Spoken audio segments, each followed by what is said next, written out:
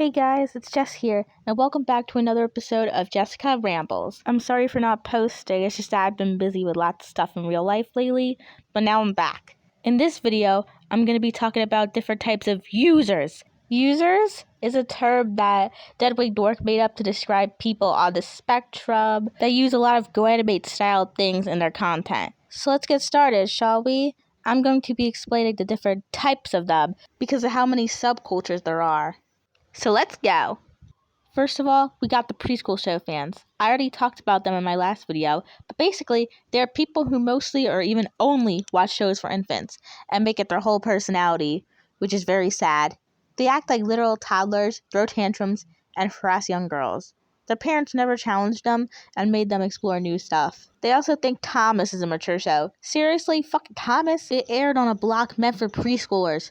Sure, the classic and Brenner eras are more family and parent-oriented, but still. It does not have MCU-level storytelling and drama. They think that slate crashes are violent. Just admit that you barely watch anything for your age group. Sometimes, they might collect physical media, which brings us to our next subculture, the physical media community. Many of them collect preschool shows, some of them collect teen and adult stuff, some of them like heroes, and most of them collect older kid cartoons. But there is one thing that they all have in common, other than collecting physical media, and that is the fact that they love drama.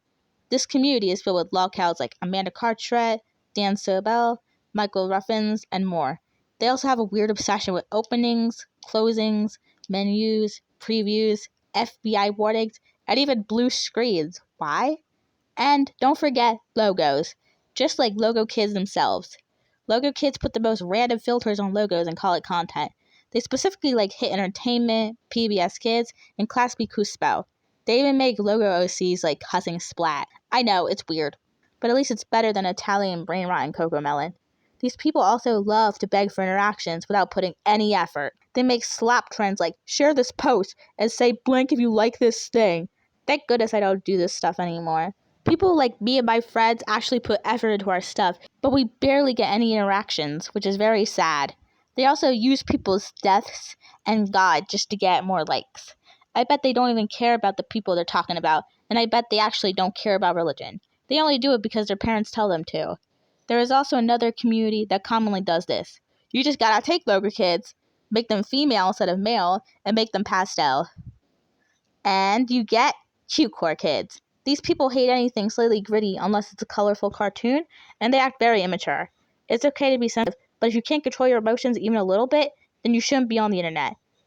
If you don't like popular stuff like Sprunky, Catch Teeny Pig, Dandy's World, and other stuff, they'll make fun of you and maybe even tell you, you're grounded! Like, bro, I'm older than most of y'all and we ain't related. You can't ground me. They hate on villains, they can't handle cursing, gore, or slightly sus stuff. They all talk the same, can't handle obvious trolling, and always respond with, comforts you! That's not proper comforting. I get that YouTube isn't therapy, but at least try, okay? They're also trying to escape from cutecore by using kawaiicore, which is basically the same thing. Then, we have the cartoon fans. Instead of TVY, these people watch a variety of different cartoon ratings, but mostly TVY7. They mostly glaze shows like SpongeBob, Powerpuff Girls, Nickelodeon, Disney, Cartoon Network, and other classic cartoons. I mean, I like these shows too, but I don't get mad when someone has a different opinion. And when you like hated shows like Pig Go Banana Cricket, Wonder Chosen, they automatically call you a bad user. Huh? How are we a bad user just because we have a different taste of shows than you? A lot of these people hate preschool shows only because they're for babies. I understand if you find them annoying, that's valid. But hating them due to being babyish is invalid, since that's the whole point. There's also people who act similar, but they prefer movies instead of shows. Just like our next subject, movie fans. Instead of collecting physical media, these people mainly go to theaters. I actually kind of envy them, as they get to go to the theater every time a new movie comes out. They're either rich, use their parents' money, or in debt. They are bad at reviewing movies, as they either rate something as 0, 5, or 10 out of 10. They also use Letterboxd, or however you pronounce it, a lot, and rate something either a 1 or 5 star. That's not how a rating works. Well, at least there's a couple of people who do it correctly. A lot of them only care about how fun and entertaining the movie is, which is okay. But that's not a review. They also glaze movies they love, avoiding flaws. For example, I love Hulk, but I know he and his movies have flaws. especially how bad he was written since Infinity War. They also take movies they hate way too seriously, and sometimes even hate it due to one scene. I understand if it's problematic, but if it's something mild, then why let it ruin the whole movie for you? Trill's Band Together fan is a huge example of this. He makes short and low-effort videos while being a grown man acting like a kid. These people will make extreme ultra-killer rants that aren't even threatening in the slightest. They are inspired by goanimate kids. Yes, these people still exist. They call preschool shows baby shows.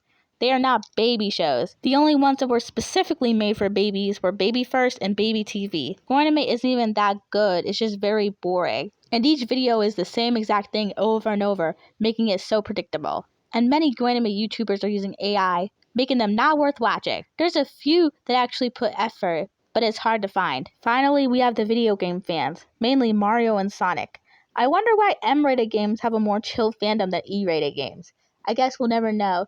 They constantly simp for the characters, and they make video games their whole personality. They also cry over losing a few subs, even one sub. Like, it's only one sub. Why are you whining about it? And they're also chronically online. Instead of sitting on their bum playing games all day, they should go outside and actually explore the world instead of being on YouTube. Most of them do not have the mental capacity to be on here. I do not know why so many of them are on my channel when I do not even like Mario or Sonic. Anyways, these are many of the users that I could find. Make sure to like, comment, and subscribe if you enjoyed this video for more vids like this. Shine on and see you later, everybody!